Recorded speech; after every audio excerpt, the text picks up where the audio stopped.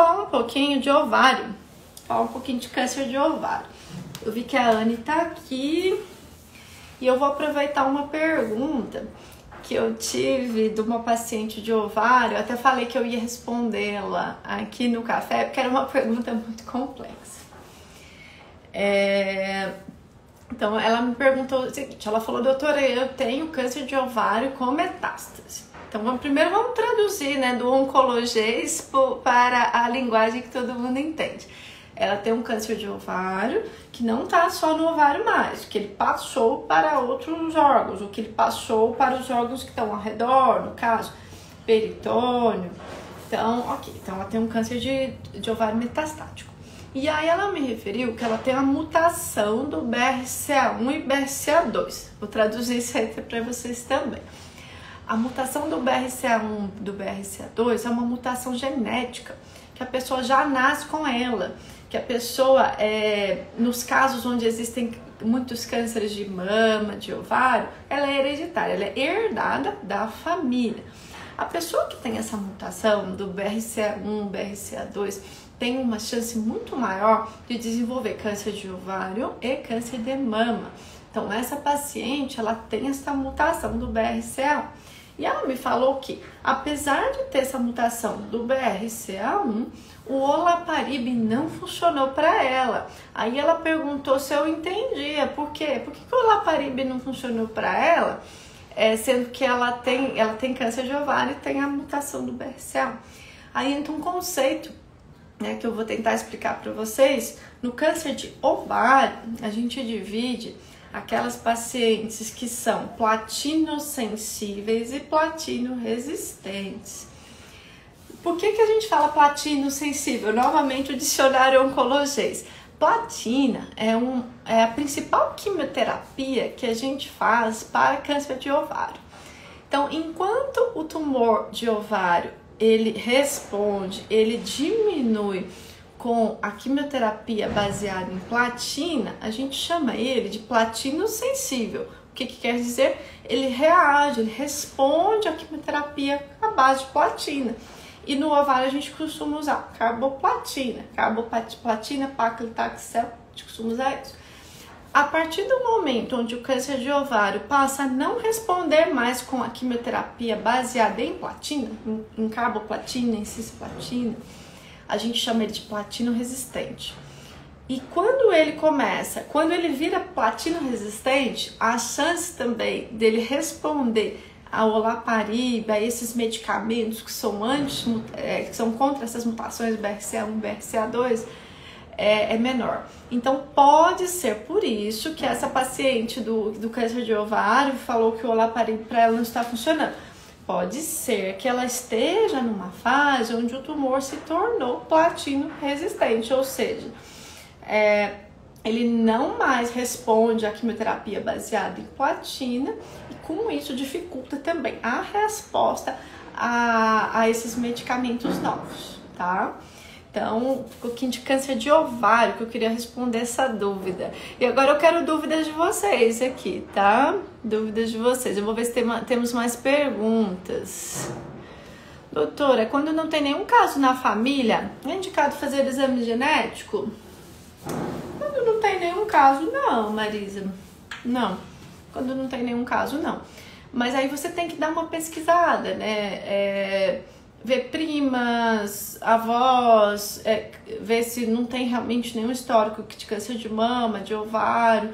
Mas a gente, em geral, vai indicar o teste genético quando o paciente tem um histórico na família. Não precisa ele ter o câncer, ter tido câncer, mas precisa de um histórico um pouco melhor, né? Precisa de um histórico melhor, desculpa, não é isso que eu queria dizer. Um histórico de câncer na família, porque senão não vai ter o intuito do exame, não vai ser cumprido. Vamos ver o que mais que a gente vai falar aqui. Vocês estão bem quietinhos hoje. Então, acho que os dois assuntos que eu queria falar eram esse, né? Do ovário, que eu queria que vocês entendessem a questão do câncer de ovário platino sensível, platino resistente. Eu queria que vocês entendessem a importância da quimioterapia adjuvante, da quimioterapia preventiva para o tratamento do câncer. Vou aproveitar e vou falar mais uma coisinha aqui. A Násia está perguntando, quando a quimioterapia não dá efeito? Me explica melhor o que você quer dizer com isso, né? Quando a quimioterapia não dá efeito, em qual situação? Só para exemplificar a situação, para eu conseguir te responder melhor. E aí eu vou falar um pouquinho agora, porque esse caso dessa paciente de ontem realmente foi um caso muito diferente, né? Nunca tinha acontecido, né? E a paciente retornou. E no primeiro momento, eu achei que pelos exames anteriores que se tratava de um tumor hormonal metastático. Por quê? Eu não tinha visto ainda a parte do HER2. Então, no primeiro momento, eu até expliquei para ela que se fosse um tumor metastático, mas que se tivesse somente a parte hormonal positiva, que não tivesse o HER2 positivo, e depois se vocês ficarem com dúvidas nisso que eu tô falando, no meu canal do YouTube tem vários vídeos que eu falo sobre os tipos de câncer de mama. Então vão lá, doutora Vivian Koski, Oncologia, lá no YouTube, que tem vídeo sobre isso. Mas aí eu não tinha recebido ainda, né, o exame do HER2 dessa paciente. E aí eu falei pra ela, olha, se for a parte só hormonal, se for só um tumor que tem receptor de estrogênio e progesterona positivos, HER2 negativo, metastático, a gente nem precisa fazer químio. E a história realmente é essa, né? Quando a gente tem tumores metastáticos, mas eles são do tipo, né, receptor hormonal positivo, HER2 negativo, eu não começo com a quimioterapia. Hoje eu tenho aí 3 tratamentos super modernos, onde eu uso a hormonioterapia de nova geração. O que eu posso usar, né? Substituindo a quimioterapia. Eu vou usar os bloqueadores hormonais, aí é que eu vou citar uns nominhos para vocês que vocês devem conhecer. Vou usar o anastrozol, vou usar o letrozol, junto com outro remédio, que pode ser o palbociclib, o ribociclib, o abemaciclib. Então, eu até tinha explicado isso para essa paciente que retornou antes de receber o resultado e saber que ela era um HER2 positivo. Aí mudou completamente de figura, a orientação, porque quando a gente tem um HER2 positivo, a gente ainda não pode abrir mão da quimioterapia. Então vejam a diferença entre os tratamentos de um câncer de mama metastático. Eu posso tanto tratar somente com hormonioterapia, né, e não precisar da quimioterapia, assim como a quimioterapia pode ser obrigatória, como é o caso do HER2. Então os tratamentos hoje, de acordo com os tipos de câncer, são extremamente diferentes e personalizados. Vamos ver as perguntas. Quando a quimioterapia não dá efeito, doutora, eu tive um tumor neuroendócrino. Quando a quimioterapia de câncer de mama não dá efeito, o que fazer? Depende, né? Você está falando do cenário metastático, quando a pessoa tem uma metástase e faz a quimioterapia não dá resultado. O que em geral a gente faz, troca a quimioterapia, né? Outra coisa que a gente busca quando o tratamento não está dando efeito, a gente busca se a gente tem alguma outra opção além da quimioterapia, no caso a terapia-alvo. Então a gente pode buscar uma análise genética, uma análise desse tumor para entender se eu tenho outras opções além da quimioterapia. Também é uma ideia.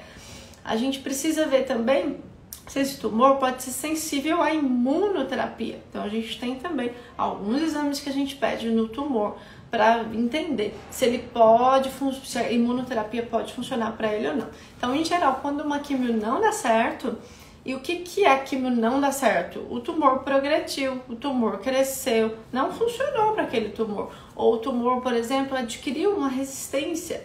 A gente vai trocar o esquema de quimioterapia, a gente troca o remédio. Ao mesmo tempo que a gente troca o remédio, a gente tenta buscar outras soluções. A gente tenta entender, será que esse paciente pode ter alguma terapia-alvo? Terapia-alvo é quando eu tenho tratamentos que são direcionados para mutações que o paciente tem. Então, eu posso fazer uma pesquisa do tumor com exames genéticos de última geração, onde eu vou pesquisar se tem alguma mutação diferente Se eu posso indicar algum tratamento oral para o paciente, algum tratamento direcionado para a mutação. Então, essa é uma outra alternativa. Nem sempre existe a possibilidade do paciente ter a mutação. E a outra questão, eu vou sempre analisar, será que eu posso usar imunoterapia na falha da quimioterapia? Em alguns tumores, sim. Também vou pesquisar alguns testes para ver se funciona ou não. Isso que a gente faz quando a quimioterapia não funciona.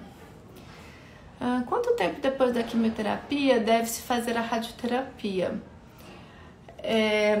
A gente já começa logo em seguida. A gente espera 21 dias e já libera o paciente para radioterapia. Já faz a radioterapia. Depois de 2, 3 semanas, o paciente já está liberado para fazer a radioterapia. Eu acho que era isso, pessoal, a nossa conversa de hoje. Não sei se vocês têm mais alguma dúvida. Muito obrigada por vocês estarem aqui, prestigiando aí o café todas as terças. Marquem o pessoal aqui na live. Se ficou alguma dúvida ainda, pode deixar aqui nos comentários. Se você chegou e a gente já estava fazendo a live e não pegou a live toda, vai ficar gravado no IGTV. Peço também para me seguirem no meu canal do YouTube, que é o Doutora Vivian Costa, que é o mesmo nome daqui. Lá a gente tem vários vídeos, inclusive vários vídeos falando tudo isso que eu falei para vocês, sobre a quimioterapia, sobre o Oncotype, sobre a terapia-alvo, sobre vários assuntos. Então é isso, pessoal. A semana que vem eu aviso para vocês. Em alguns cafés eu tenho alguns convidados. Eu não sei ainda se eu vou ter convidado a semana que vem, mas eu aviso vocês caso a gente vá ter algum convidado. Até mais então.